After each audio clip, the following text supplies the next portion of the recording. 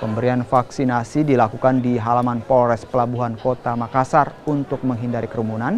Penyuntikan vaksinasi dilakukan menjadi 5 sesi dan setiap sesi hanya 200 orang yang dilayani dengan tetap menerapkan protokol kesehatan.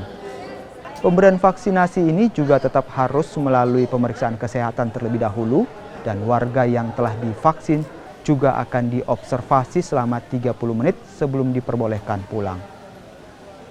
Alhamdulillah pada hari ini Polres Pelabuhan Makassar bekerjasama dengan Dokes Polda Sulsel melaksanakan vaksinasi, di mana vaksinasi ini juga merupakan percepatan vaksinasi yang dicanangkan oleh Bapak Presiden, setiap hari 1 juta vaksin.